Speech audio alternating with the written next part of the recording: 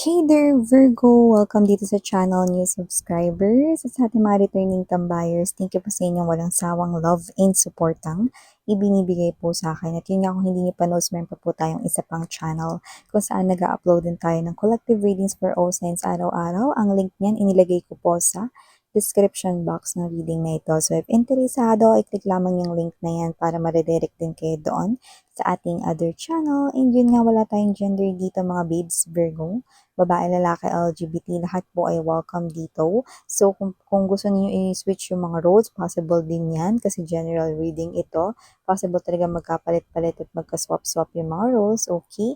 And may free will kayo kung gusto niyo i-claim yung mga messages or not. And cross-watchers ni Virgo, welcome ka din. At kung may Virgo placement sa inyong natal/birth chart, welcome din kayo. So, let us see what we have here for you guys, Virgo.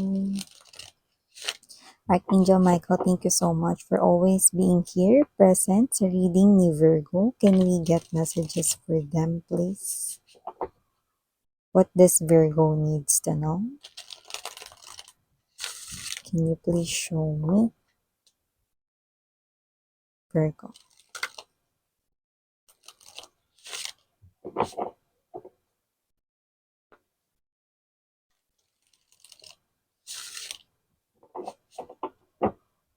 Okay, so let's go ahead and check this mga mensahe para sa iyo, Virgo.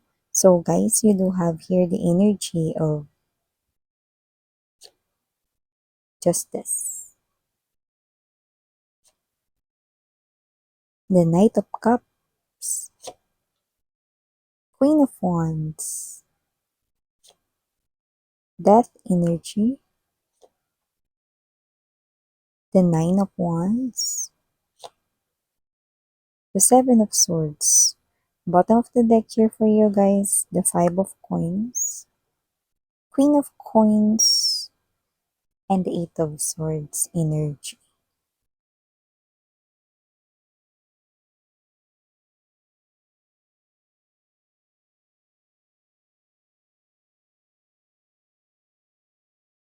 Okay. So, sa nakikita ko dito guys, no, meron kayong energy rito, no, na posibleng meron ditong energy na wala pa siya actually, pero nakikita ko rito na parating na siya. So, this is a brand new energy right here. Someone na nakikita ko na maganda yung kanya ritong kaperahan. So, possible na stable na yung kanya ritong trabaho, no, may permanente siya ritong trabaho, pinagkakakitaan. At nakikita ko din dito na medyo maganda-ganda yung kanyang buhay, no. So, nakikita ko rito na this person here is appearing as a new potential lover. So, nakikita ko rito na posibleng marami ring mga tao sa paligid niya, pero ikaw ang kanyang mapapansin. Okay? Possible nga lang, no, na posibleng mayabangan ka sa kanya at first, no, yung talaga yung nakuha ko rito, ewan ko, sinabi ko na lang talaga dahil yun naman ang right word. Parang mayabangan miss yan. Parang ang dating kasi niya dito is parang, siguro dahil sa kanya ritong pananalita, hindi kasi niya energy yung parang sinasala yung mga words. So, parang sinasabi niya na lang yun as is, yun na yun. No? So, posibleng mayabangan ka rito, hindi dahil parang mamaliitin ka niya or whatever. Hindi ganun. Lumalabas siya bilang new potential lover dito. No? So, pwedeng meron siya rito mga mabanggit na parang feeling mo ang yabang niya, pero hindi yun yung intention niya. No? Yung kunwari ganito, um, sunduin na lang kita para hindi ka na mapagod, yan, no? Parang sunduin kita ng car mamaya, yan, no? So, parang basta, paano ba sasabihin yun? Kunwari ganito, um, parang, ano ba to, kala niya wala akong pamasahe? Kaya susunduin niya ako ng car, yan, no? Pagkat wala akong car, yan, no? Parang may ganun. Pero hindi eh, no? May maganda pa rin na parang, ano, mga babes, no? Magandang example. Basta parang ganito. Sa sinabi niya or kung paano niya sabihin yun, pwedeng may iba kayong maisip. Kaya parang feeling ninyo, mayabangan kayo rito sa kanya, pero hindi talaga siya mayabang. Yan, no? And also, may energy rin kasi siya rito, mga babes, no, na parang siya yung energy na ayaw niya rito yung tumpik-tumpik pa, no? Kaya gusto niya rito yung parang sabihin ko na lang ng diretso, ganun, no? Pero kung may mga bagay na parang hindi ka maintindihan, no, maiintindihan mo rin yan, lalo na pag madalas mo na siyang nakakasama at nakakausap. Yan, no? This person is someone who's nice and a good person as well. It's just that very straightforward lang talaga siya. So, dun ko nakikita to, no? Sa mga words niya. Pero hindi niya intention dito yung as in man-judge or manakit ng feelings. Walang ganun, no? Sometimes kasi, no, iba yung intindi ng mga tao sa naririnig, tas iba pala ibig sabihin nun, di ba? So, parang ganun yung dating, no? You'll soon find out, no, na ganito yung situations ninyo if this is your reading. And, maliban dyan, Virgo, nakakita rin ako ng energy rito ha, na posibleng meron ditong rebirth. That energy brings rebirth, no, sa message na ito. Okay? Nakita ko rito na you could be seeing a lot of number 333, no, or other synchronicities, no. It only means that your situation, no, magsisimula sa isang area ay babalanse rito. Paano isang area? Kunwari love life, no, babalanse na yan. Or yung iba kung hindi yan love life, no, baka magsimula sa money mo, sa pera mo, nababalanse na yan, tapos magtutuloy-tuloy na, no. It's rebirth right here, no. At nakikita ko dito na parang, yung energy mo is parang, magiging happy ka rito, pero parang may takot din at the same time, no. Kasi parang, masyado kong happy. Baka, hindi magtagal tong happiness na to. Parang may ganun kayo. Ewan ko kung parang, tumatak na lang ba yun sa inyo, no? So, wag niyong isipin yun mga babes, no, na after ninyong tumawa, maging masaya, iiyak naman kayo afterwards, no? Tanggalin niyo yan sa inyong mindset, no? So, hindi yan ganon. So, nakita ko rito na magsisimulang bumalanse yung isang area ng buhay mo, mapa-love life man yan, mapa-pera, or other personal area ng life mo. Pero magtutuloy-tuloy na yan pagtapos bumalanse ng isang area na yun. So magsisimula na parang one at a time, no? One by one, ganyan, no? Trust the process ang datingan dito. Virgo. So maliban dyan, guys, nakita rin ako ng energy rito, ha? Na posibleng meron ditong energy na, ewan ko, nasa kanya naman yung parang okay naman yung life niya, no? Pero parang may energy siya rito na parang feeling niya, either balakid ka or imbiyer na lang talaga siya sa'yo. Yung iba kasi parang nakikita ka ritong bilang balakid, no? Iba naman, imbiyer na lang sa'yo. So with the Seven of Swords energy, nakita ko rito na either insecure itong tao na to sa inyo, no? Kasi ito ay kung ano yung sinasabi niya sa harap ninyo, kung ano yung pinapakita niya sa harap ninyo, kung nakangiti man siya sa harap ninyo, okay? Pagtalikod niyo, iba na yung kanya ritong facial expression, no? Ibang emoji na. So, kung smiling emoji siya, no? Kapag kaharap niya kayo, na pagtalikod ninyo, na parang siya yung ano, no? Angry emoji, yung mga ganun. So, nakita ko rito na itong energy na to, no, is parang may energy siya rito, insecure siya sa'yo, for some reason. Okay? Kung sino man siya, parang nakikita kung bibigyan ka ng chance na magbanggit ng mga katangian nitong person na to, no, isa sa mga sasabihin mo rito is magandang adjective. Like, maganda siya, miss yan. Gwapo siya, miss yan. Oo, kilala ko yan, miss yan. Maganda yan eh. Ay, ano yan, miss yan. Marami ang pera. Yan, oh. Parang maganda yung sasabihin mo, no, pagka narinig mo yung pangalan niya. No? Ay, i-describe mo nga tong si ano, maganda yun. No? Ay, gwapo yun. No? Ay, magaling yun sa work niya. Ay, matalino yun. No? Yung una mong babanggitin, adjective, like magandang adjective yun, no? Paglalarawan, magandang paglalarawan sa kanya. Pero hindi mo alam, siya yung insecure sa'yo. Ano?